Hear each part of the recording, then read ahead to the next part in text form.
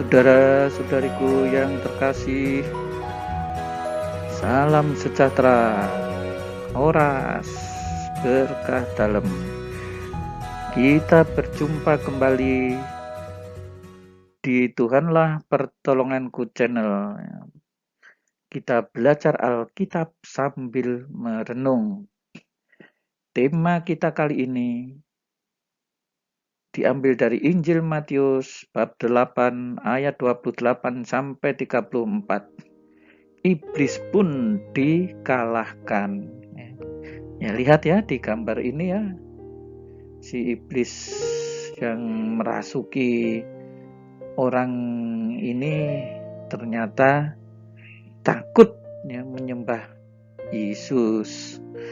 Nah, seperti apa itu kisahnya? Jangan kemana-mana, ikuti terus permenungan bersama ini ya. Membaca textbook sambil belajar. Oh ya, jangan lupa ini. Penting ini, subscribe and share, like dari Tuhanlah Pertolonganku channel. Saudara-saudariku yang terkasih, ya, setibanya di seberang, yaitu di daerah orang Gadara, seringkali juga disebut Gerasa ya ini. Datanglah dari pekuburan 2 orang yang kerasukan setan menemui Yesus. Mereka sangat berbahaya sehingga tidak seorang pun yang berani melalui jalan itu ya. Nah, ini coba lihat ya. Ada 2 orang yang kerasukan setan ya. Kalau kita mengacu pada Injil yang lain, sepertinya seorang saja yang kerasukan ya. Tetapi mungkin setannya banyak ya, nanti akan kita lihat ya.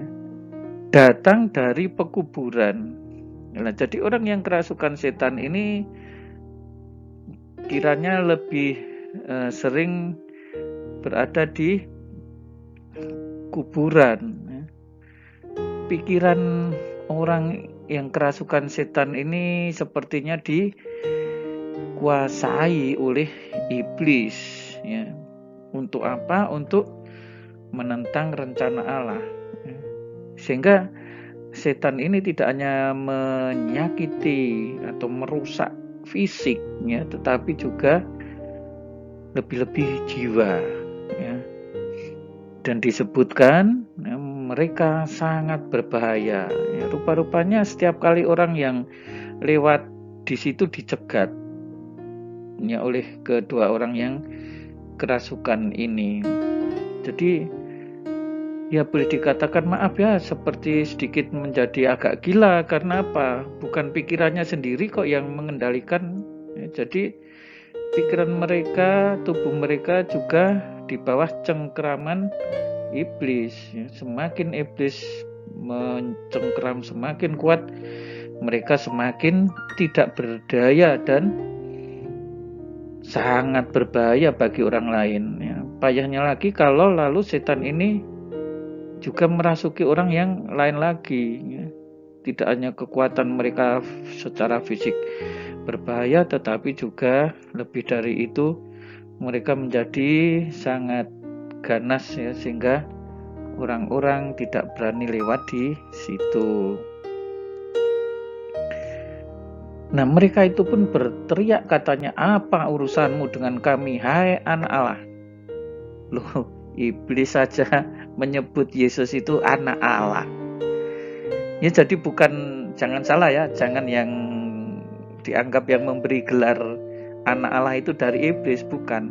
Fakta bahwa Yesus anak Allah itu ternyata diketahui juga oleh iblis ya. Yang menjadi masalah, iblis itu hanya tahu dengan pikiran bahwa itu anak Allah, tetapi tidak diikuti ya. Yesus sebagai anak Allah ini tidak ditaati, itu masalahnya ya.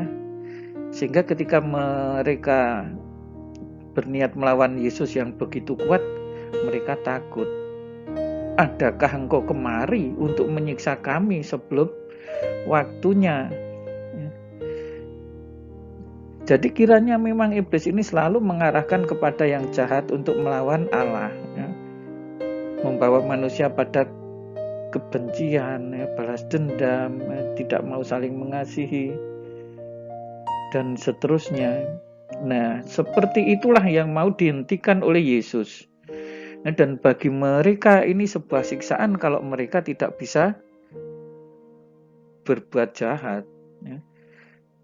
Setan-setan itu tahu, ya, mengakui Yesus anak Allah, ya, tetapi tetap saja kejahatan yang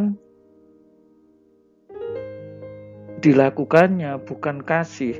Inilah yang membedakan antara orang yang tidak kerasukan setan dan kerasukan setan, ya. Iblis pasti sudah tersiksa sebelum waktunya. Karena apa, ya? Dia harus mengakui Yesus sebagai yang maha tinggi, sebagai anak Allah.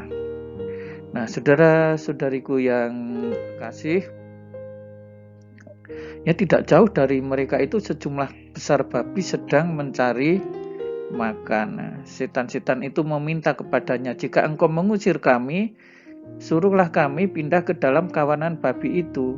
Jadi mereka tahu, ya, mau terusir, dan sekarang minta bisa pindah ke kawanan babi. Jadi ini sebenarnya kan mengakui kekalahan, ya. Mereka ini sudah takluk sebelum waktunya ketika berhadapan dengan Yesus. Mereka tidak bisa berbuat jahat, ya. Kesenangan setan dan kepuasan mereka adalah penderitaan dan kehancuran manusia, yaitu apa? Ketika manusia bisa berbuat jahat, ketika manusia bisa membenci orang lain, ya, ketika karya baik orang lain selalu dicurigai sebagai yang buruk. Nah, itu pikiran itu dikuasai oleh setan, ya, kuasai oleh iblis. Ini oleh Yesus, orang-orang yang kerasukan seperti ini, khususnya yang merasuki yaitu setannya, itu tersiksa. Nah, hidupnya tersiksa. Kenapa? Ya, mau berbuat jahat tetapi tidak bisa. Dan setan-setan itu merasa ketakutan, ya, memikirkan hari pembalasan terakhir. Yesus berkata, pergilah, ya. Dan kemudian apa yang terjadi? Masuk ke dalam kawanan babi, ya. Maka terjunlah seluruh kawanan babi itu dari tepi jurang ke dalam danau dan mati di dalam air.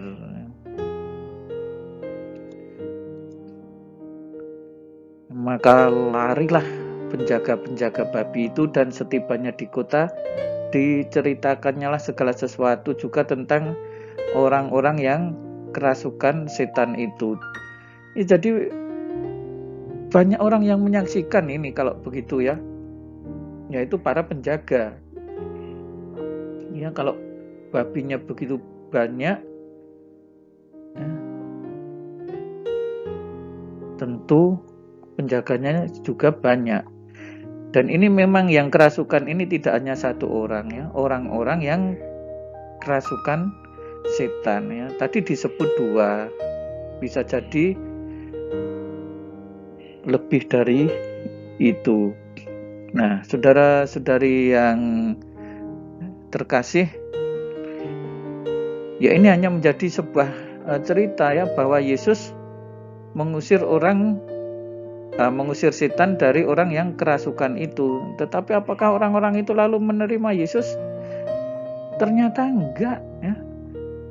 Keluarlah seluruh kota mendapatkan Yesus, dan setelah berjumpa dengan dia, mereka mendesak supaya ia meninggalkan daerah itu. Nah, ini ironis loh, ya kan, mendapat cerita, ya, tentang segala sesuatu dan tentang orang yang kerasukan, dan yang kerasukan itu disembuhkan, tetapi Yesus sekarang malah diusir oleh manusia. Ini manusia apa ini kayak begini nih, ya kan? Ini memang iblis itu licik, ya. Nah, saudara-saudariku, apa yang bisa kita renungkan di sini, ya? Kita memang harus hati-hati, ya, bahwa yang namanya roh jahat iblis itu ada, nyata, ya. Jumlahnya bisa banyak, ya. Mereka juga kuat, ya. Mereka merusakkan manusia, ya. Tetapi kita harus percaya bersama Yesus menang atas iblis. Nah, lihat Yesus saja iblis sudah ketakutan kok, ya. Makanya ini Yesus ini harus jadi kekuatan, harus menjadi pegangan kita, ya. Betapa kuatnya iblis, tetapi Yesus lebih kuat. Manusia yang mengikuti nafsu iblis akan tenggelam, runtuh, dihancurkan, dibinasakan oleh Yesus. Ya, percayalah, ya, Yesus menjadi kekuatan. Nah, maka ini menjadi aneh, ya, ketika Yesus mengusir setan di sini, ya, orang-orang malah mendesak supaya Yesus meninggalkan daerah mereka. Ini orang yang menolak rahmat, ya kan? Ya, mereka malah menginginkan Yesus pergi, yang lain saja menginginkan Yesus supaya datang memberikan berkat, menyembuhkan orang. Ini Yesus sudah ada di situ, disuruh pergi, ya, meninggalkan daerah mereka. Ini sebenarnya tidak berbeda, ya. Orang yang sudah menerima Yesus lalu meninggalkan Yesus. Ini karya apa itu yang ada di dalam diri mereka? Nah, saudara-saudari yang terkasih, ya, banyak dalam kehidupan kita, ya, orang yang sudah menerima Yesus dan sudah merasakan karya Yesus, sekarang Yesus disuruh meninggalkan dia. Itulah yang terjadi pada orang-orang di daerah Gerasa. Semoga tidak terjadi pada diri kita dan orang-orang di sekitar kita. Nah, saudara-saudariku, demikian renungan kita, ya. Mohon dibantu subscribe, share dari Tuhanlah Pertolonganku channel. Horas, Tuhan Yesus memberkati. Salam damai sejahtera.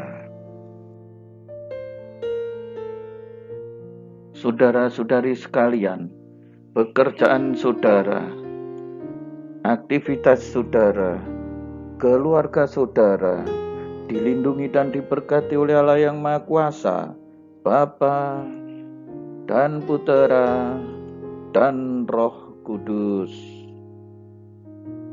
Amin.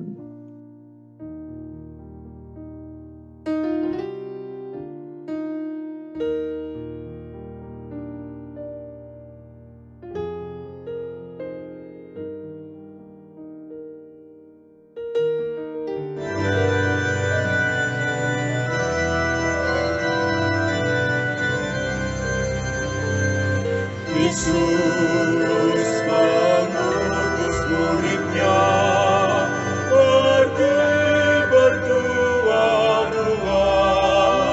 keluar masuk kota, menjelajah semua desa. Bawalah kabar gembira kepada yang miskin Bapa, di tangan Sang Pencipta semua akan dapat berkah. Marilah kita pergi bekerja di ladang Tuhan, menaburkan yang baik di dalam hati orang, menaburkan yang baik di dalam hati orang. Lakukan pada syukurmu, Tuhan bersama kita, yang kau tak Tuhan penguat kita.